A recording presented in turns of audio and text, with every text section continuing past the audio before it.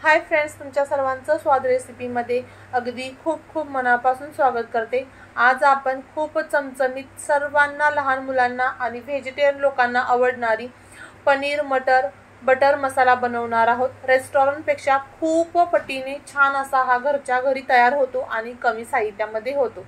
तर त्यासाठी आपण प्रथम एक पातेले घेतले, त्यामध्ये पाणी गरम करायला ठेवायचं, त्यामध्ये थोडंसं मीठ घालायचं आणि यामध्ये आपण जो वाटाणा आहे तो शिजवून घेणार आहोत। आता वाटाण्याचा सीजन सुरू आहे आणि वाटाणा भरपूर मार्केटमध्ये अवेलेबल आहे, त्यामुळे मी तो वापरलाय। त्यानंतर दुसरा एक बाउल घ्यायचा, त्यामध्ये मीठ घालायचं, थोडीशी हळद घालायची आणि हे जे पाणी आहे ते आपण पनीर जेव्हा फ्राय करणार आहोत ते बऱ्याच वेळेला भाजीत कडक होतं, तर ते कडक होऊ नये त्यासाठी या पाण्यामध्ये आपण नंतर ठेवायचं आहे। तर ही एक महत्त्वाची टिप्स आहे। आता वाटाणा आपला शिजलेला आहे, कढई गरम करायला ठेवलेली आहे।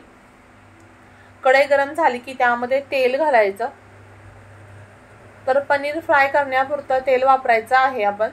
त्यानंतर आपण बटरचा वापर करणार आहोत, कारण बटर वापरलं की खूप छान फ्लेवर आपल्या ग्रेव्हीला येतो। टेक्स्चर त्याचं खूप छान तयार होतं, म्हणजे रेस्टॉरंट पेक्षा सुद्धा छान लागतं। तुम्ही जरूर ही रेसिपी एक वेळ घरी ट्राय करून बघा। तेल गरम झालं की त्यामध्ये पनीरचे पीस घालायचे। तर पनीर भाजत असताना थोडासा चेहरा वगैरे मागं ठेवायचा आहे, कारण त्यामध्ये भरपूर प्रमाणात पाणी असतं पनीरमध्ये आणि ते बऱ्याच वेळेला तडतड असं उडतं, चेहऱ्यावर येण्याची शक्यता असते किंवा हातावर येण्याची सुद्धा शक्यता असते। तर ती काळजी घेऊन आपण थोडंसं पनीर फ्राय करताना काळजी घ्यायची। मी बऱ्याच वेळेला पनीर फ्राय करताना एक दोनदा तरी माझ्या हातावर ते उडतं। आता आपल्या पनीरला गोल्डन कलर आलेला आहे, वन साइड तुम्ही बघू शकता।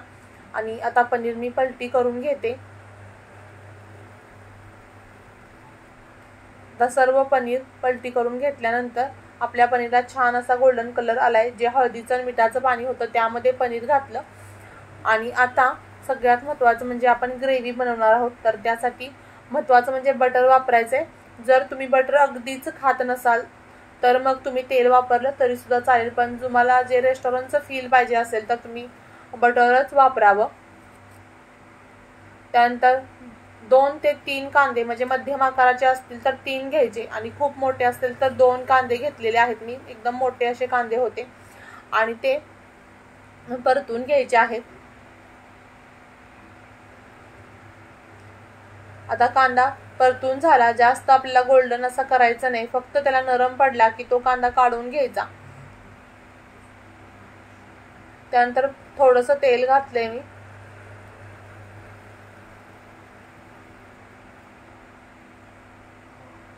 आता तेल गरम झालं की त्यामध्ये 1 चमचा जिरं, लवंगा आणि 2 छोट्या वेलच्या आहेत त्या घालायच्या, छान तडतडून द्यायच्या। त्यानंतर काही गरम मसाले आहेत त्यामध्ये गरम मसाला, धने पावडर, जिरे पावडर, लाल तिखट, हळद, मीठ चवीप्रमाणे घेतलेला आहे। 2 टोमॅटोची प्युरी करून घेतलेली होती आणि टोमॅटो सुद्धा आपण त्याची सुद्धा प्युरी करून घ्यायची आहे। बऱ्याच वेळेला व्हिडिओ खूप लॉंग होतो, त्यामुळे मी टोमॅटोची प्युरी वगैरे केलेली दाखवली नाही। ती मी एकदम फाईन अशी पेस्ट करून घेतली टोमॅटोची आणि कांद्याची ही वेगवेगळी केली आहे, एकत्र नाही। त्यानंतर टोमॅटो बारीक करून घेतलाय तो घालायचा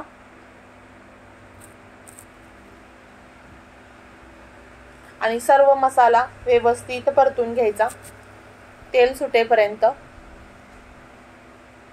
कलर तर खूप छान आलेलाच आहे। त्यानंतर जो आपण शिजवलेला वाटाणा आहे तो घालायचा। अगदी तुम्हाला खूप याच्यावरती तर्री हवी असेल तर तुम्ही साईडला नंतर बटरमध्ये बेडगी मिरची पावडर घालून तडका दिला तरी सुद्धा चालेल। आणि जे गरम मसाले आहेत ते जे मी लिस्ट डिस्क्रिप्शन बॉक्समध्ये देईनच। आता पनीर घालायचं,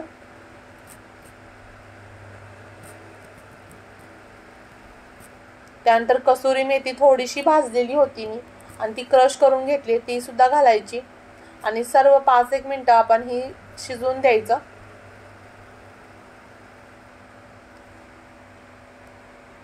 थोडंसं पाणी, तुम्हाला घट्टसर वाटली ग्रेव्ही तर थोडंसं पाणी ॲडजस्ट करायचं आहे, पण खूपच पातळ ही भाजी नाही करायची, कारण ही भाजी थोडीशी घट्टच असते। तुम्ही रेस्टॉरंटमध्ये बघतो आपण की फार अशी घट्टसर अशी भाजी असते, त्यामुळे आपण यामध्ये जास्त पाण्याचा वापर करत नाही आहोत.